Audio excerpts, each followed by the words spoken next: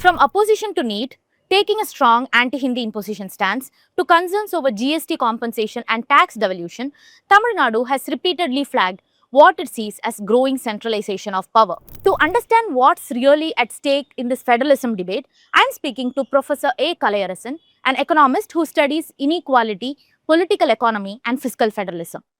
Thank you, sir. Thank you for taking the time.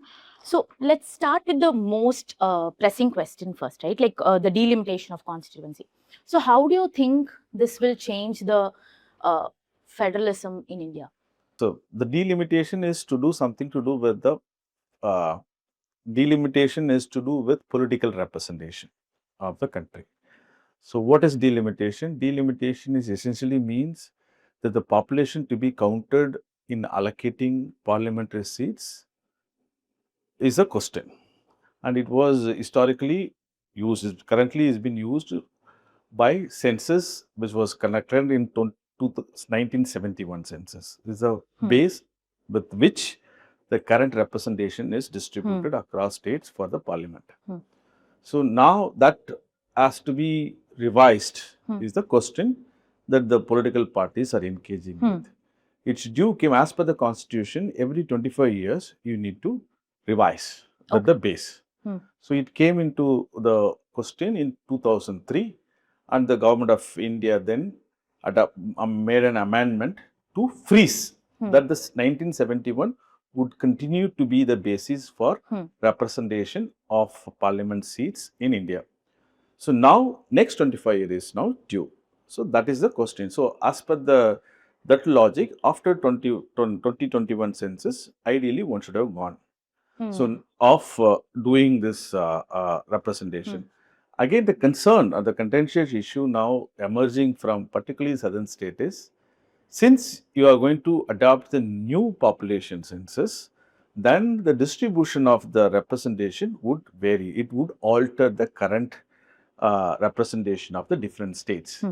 So now, since it is going to change the composition or the share of the different states using the latest population, is a concern for particularly the southern state. Why southern state raise this issue? Why it is potentially a possibility that the southern state are going to lose from this delimitation is partly because, as we know, India is a federal country, vast differences in its socio-economic outcomes. One of the factor is the population growth, something we call as a total fertility rate. Fertility rate has been huge difference, been declining or has been changing across states much. I mean, if you see the variation in the total fertility rates within India's different states is much higher than the variation that you see even in Africa or any other continent in the world. So you have that much level of variation in the total fertility rate.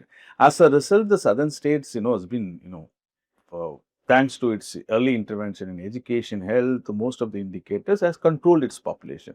So now, since you are using the different recent population, that it means that you are going to punish the states which have done the best in human development indicators. In fact, many of the population control policies were initiated by the federal government, union government in 70s and 80s. Tamil Nadu and Kerala and the southern Indian states were the forthcoming adopting those policies. That's something that the federal government wanted to implement. So now, therefore, they see, since you guys actually asked us to control population, we control population by putting a lot of efforts in educating our children, educating our women, range of interventions. Now you are going to punish us just because we control our population, if you adopt the new census for delimitation. So that's a background of the question of delimitation. So why this is now currently?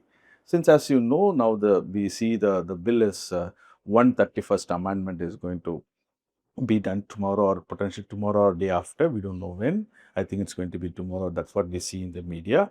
What it means? It means that now but this also, the delimitation also comes along with the women representation in the parliament.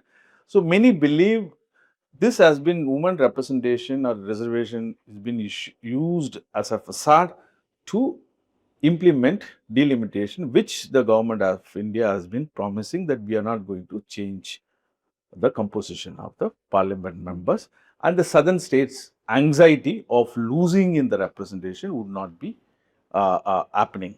So, when we talk about losing seats in the parliament substantially, what does it mean in actual terms for southern states and for India as well? No, it is basically your representation in the parliament. Even tomorrow, assuming there's a bill coming, you have voting numbers.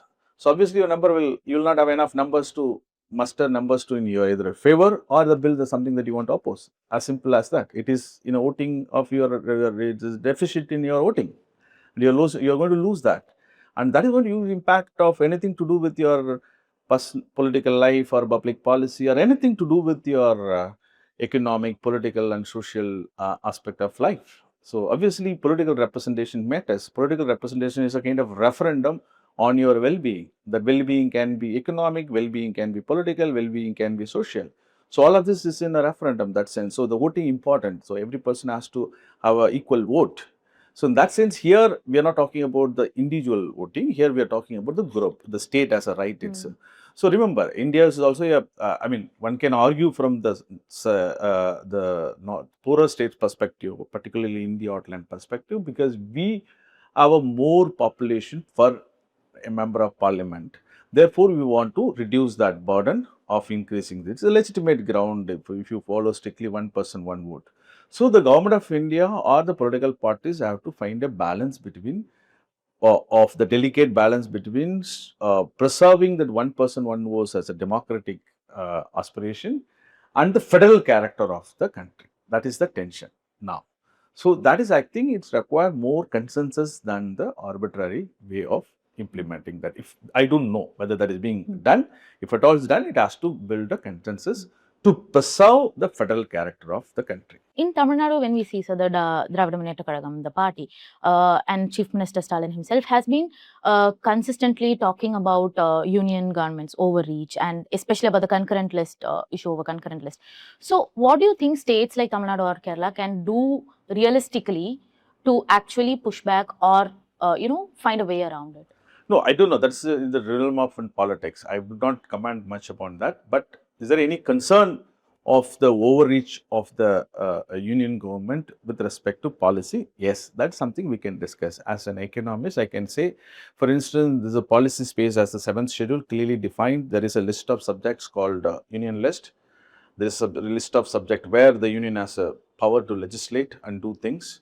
And similarly, there is a state list and there is a concurrent list. Within the concurrent list, union has a residual power. In the sense there is a dispute between the center and the state, residual power lies with the union government. So, which is well defined.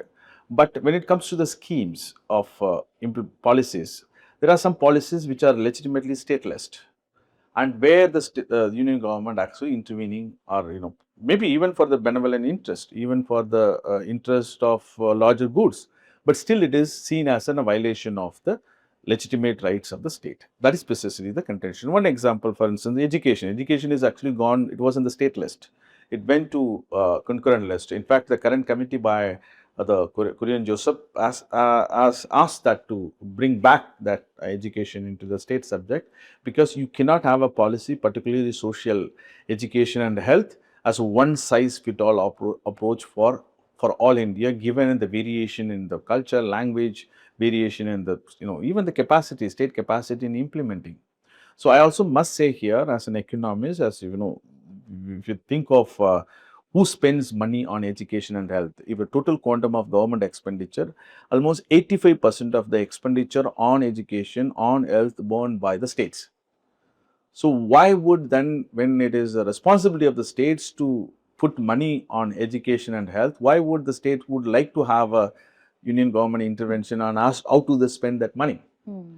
So, and in fact, if you look at historically map the success of the education, success of health policy, social policies, it is in fact the state level initiative which actually paid off.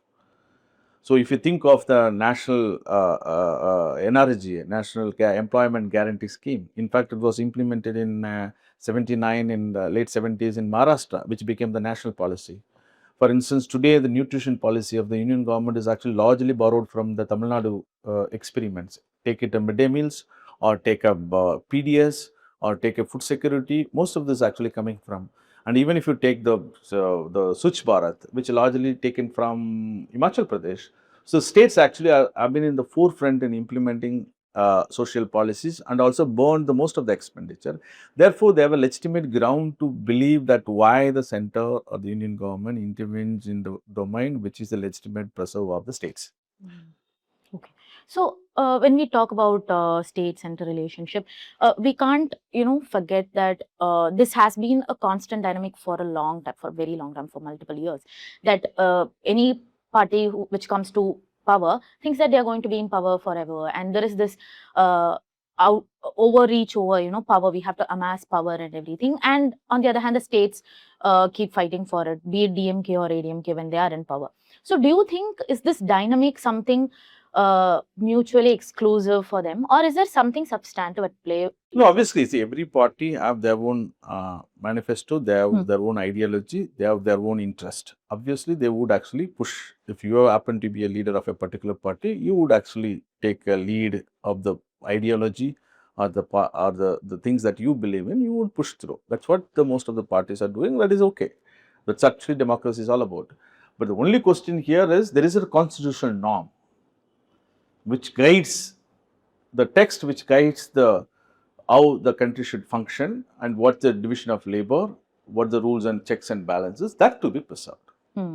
So when that is in the in trouble or there's an inflict on that, there's an issue with that, then that's a question. So today is a moment when we see there is something of of your representation or even your fiscal. There's many of issues we can talk is been seen as a concern, but I don't know the extent. But it is seen as concern that if there is a concern, one has to address that concern. So we've seen a lot of fiscal federalism issues in India, right? Like from GST to tax issues and everything. So how do you think it shapes the state and center relations, and how are states affected because of this? See, again, we have to do little basics here. The basics, you see, as you know, as you mentioned initially, asymmetric power character of the federalism, we have a certain power of the taxation power lies with the center. Certain limited taxation powers lies with the, even historically lied with the states. In fact, most of the direct taxation lied with the center, particularly the corporate tax and the income tax, and the large amount of indirect tax lied with the center even historically before GST.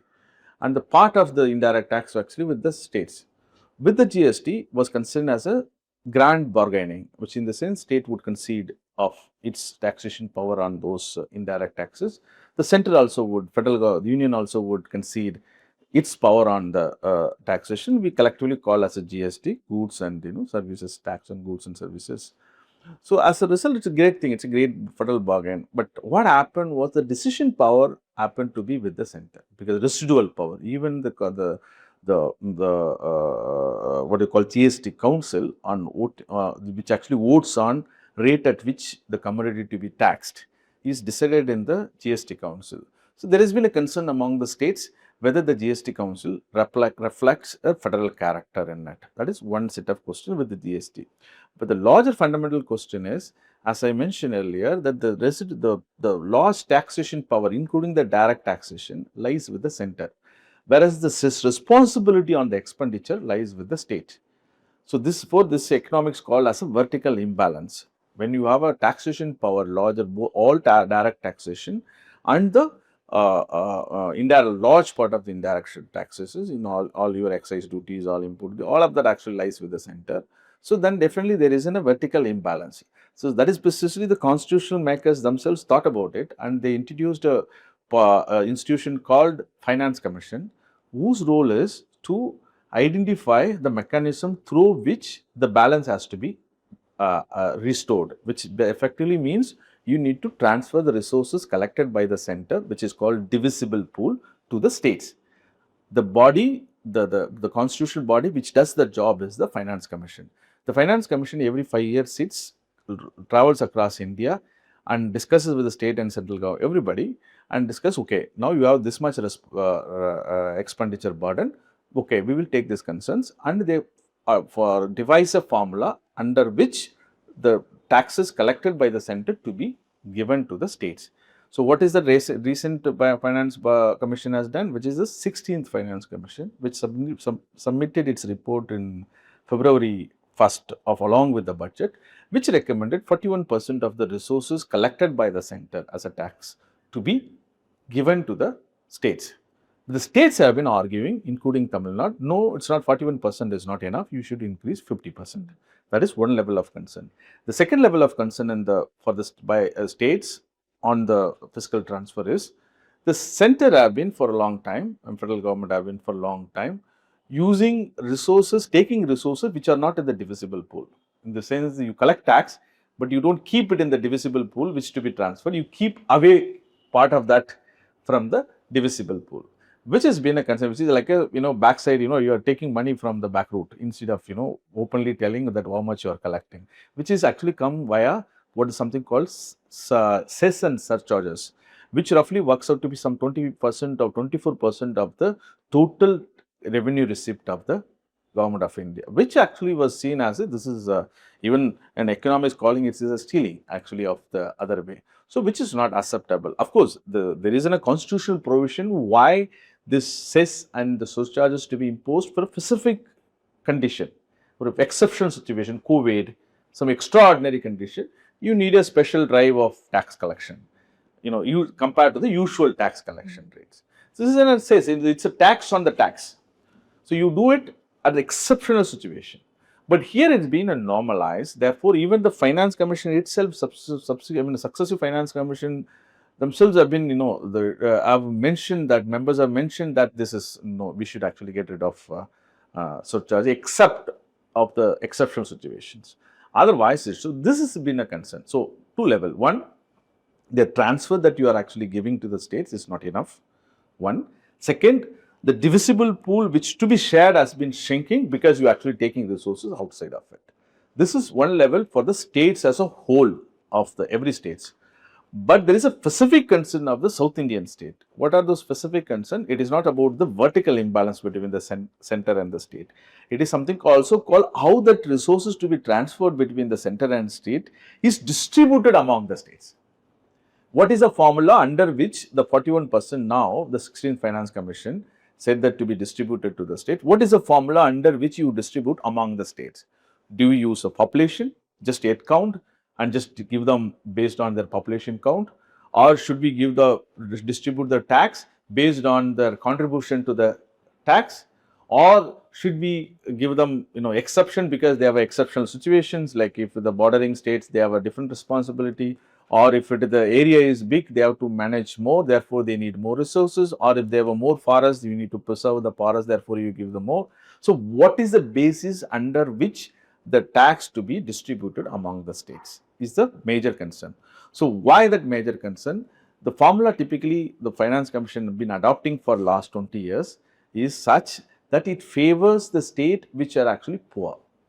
The poorer the state in terms of per capita income, more you get from the tax resources, which is, if you have to say in terms, it's a 50%, 45% today, it used to be even 50% of the resource is allocated based on your deprivation, based on your income. The poorer, the inverse relationship, poorer the state, the more you get.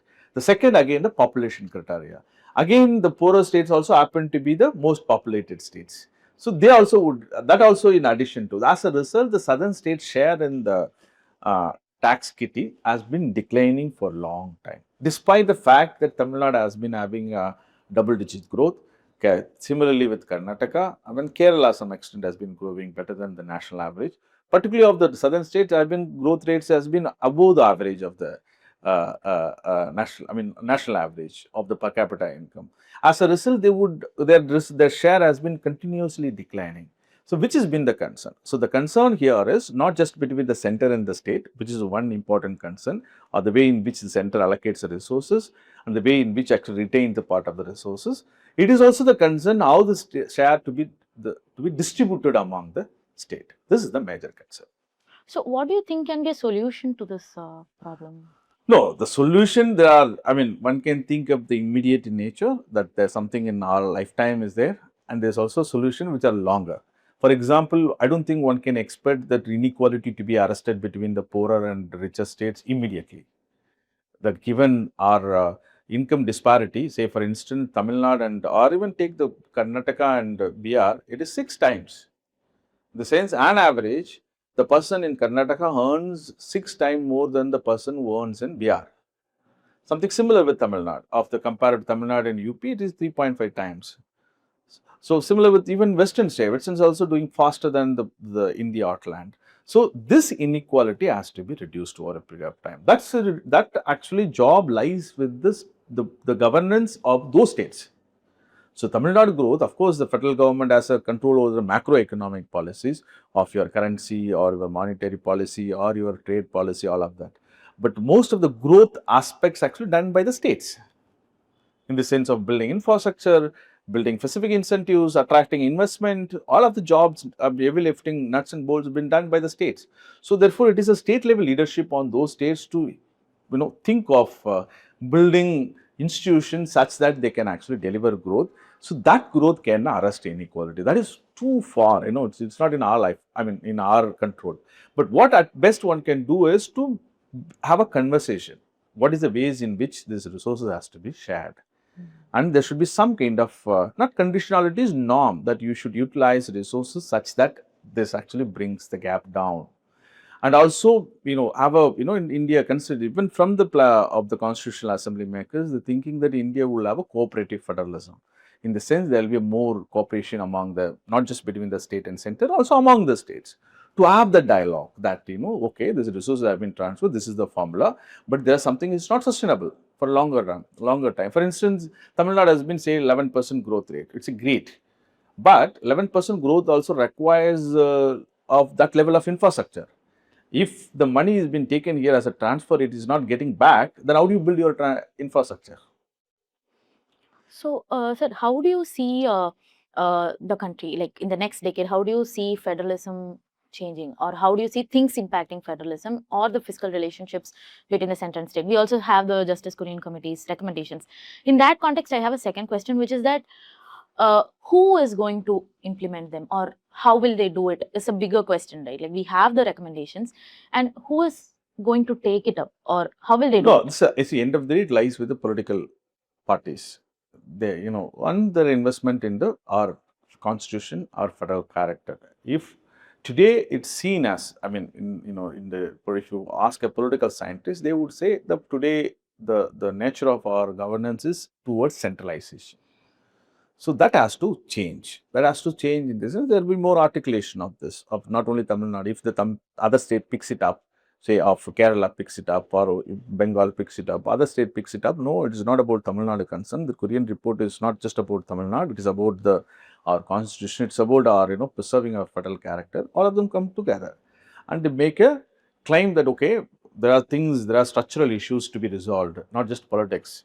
Politics is very important, but there's a structural issues that I was talking about: inequality, the rate of utilization of the policies, and the central schemes. All of this actually to be very threadbare, discuss and come to a conclusion.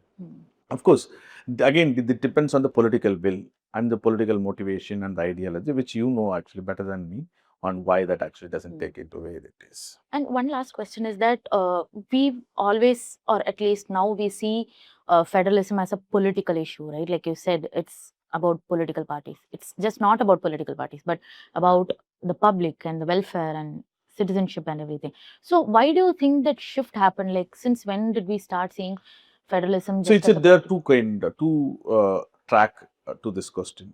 One, obviously, the change in the political domain, the way in which the politics is operating today, of the ideologies in nature. For instance, if you ask a political scientist, they would typically say the centralization was at peak in the period of 1950s to 65, at the 70s. Since then, there was of course, there was some period of centralization, one can say, under 70s to under Indira Gandhi term, Srimati Indira Gandhi term. Then there also, since then, has been a very more federal nature. Particularly, I would say since 90s to 2014, there has been a greater level of federalism, both in politics and also in policy. In politics also, you see the coalition government have been forming of the government since 90s to 2014. Since 2014, there has been a single party in the union government. Of course, there is a coalition, but it's very limited in nature. So this has a implications on the institutions. This is one other political thing. Even the institutional wise, again, which has a direct connection with the politics, but it has, again, you had a, since I think 90s, one would think of lot of federal aspects were articulated. Interstate council meetings were taking place. There was a lot of consensus was built on the range of policies. That is precisely why even the delimitation was postponed. The 1971 census was frozen in 2003, partly because of the coalition government in nature. And even your centrally sponsored scheme issues, even the GST issues, many of the issues were discussed, built, consensus were built. And of course, see, it's also end of the day, as I mentioned, democracy is all about government by discussion, more articulation, more discussion, more debate. So that build the consensus on those issues. Today, it seems to be the nature of politics seems to be more polarized. Therefore, you don't build. But I think it is in the interest of the country, in the to preserve our federal character, and also the constitution clearly lays out the rule and how that to be protected. I think we need to follow that. Thank you so much, sir. Thank you for taking Thank the you. time. Yeah.